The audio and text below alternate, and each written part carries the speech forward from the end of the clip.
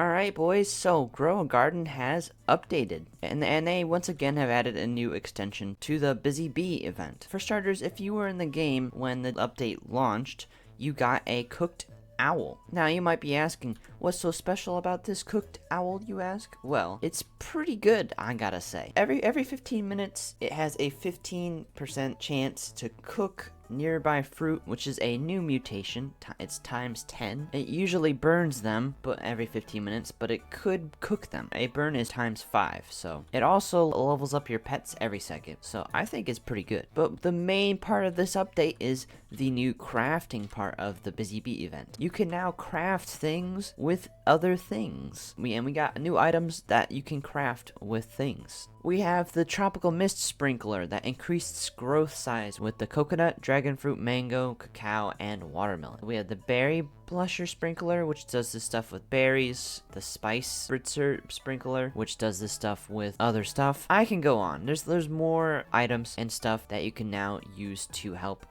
grow your garden. You can also make an anti-bee egg free to play. All you gotta do is get a regular bee egg and 25 honey. I think that is a absolute steal. The only downside is it takes 2 hours to make one. We also have a new bee pet. We have the Pack Bee, which increases your backpack size by 25.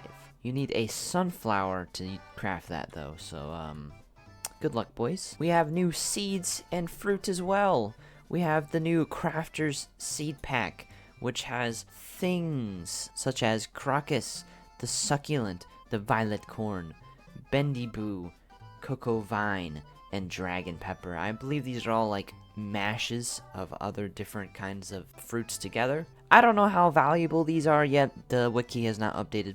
So if you want me to make a follow-up video about all the values of the fruit, let me know. But we also have the Monka flower that was from the past Busy Bear Quest thing. Same with the dandelion and lumera and the honeysuckle. But new seeds, we have bee balm, nectar thorn, and sun coil. I say them again here. I don't know how valuable these are. I will make a video on it if you guys want me to. If you guys are wondering, how do I craft? Well, it's easy. You just click, and if you have all the ingredients needed, you just craft. Then you must take out your item and submit your item, and then start crafting. Unless you want to spend Robux, you have to wait and craft one at a time, which is kind of lame. There is, however, a new event in the game where you can get 10 times crafting speed. It is a 1 in 3 chance, so you're not always going to get it. As we're talking about new items, we also have cleaning spray, which gets rid of mutations off a fruit. I don't know why you would need this, unless you want a specific mutation. I don't know, but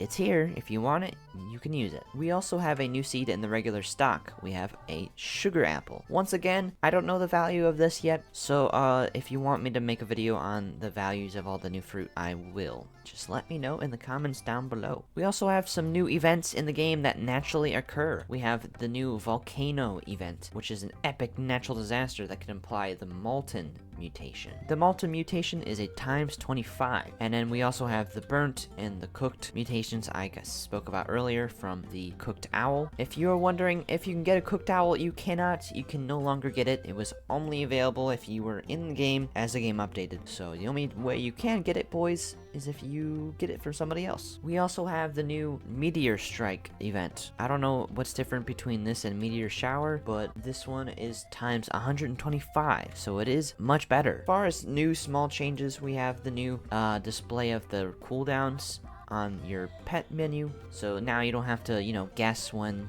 your pet's gonna do its ability. You can just look. But yeah, that is the update, boys. Let me know what you guys think. I think this is cool because crafting is just like a cool idea of utilizing other items in the game, because a lot of fruits kind of suck once you get like high-end of high-value fruits in your garden, and you kind of want to get rid of the old ones.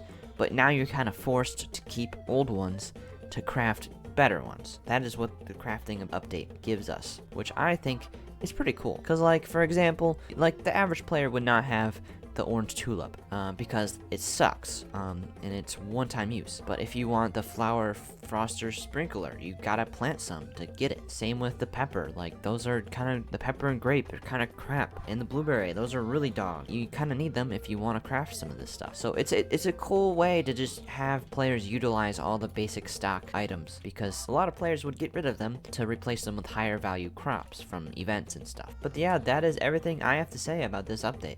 Let me know what you guys think. Thank you guys for watching, and I will see you guys later.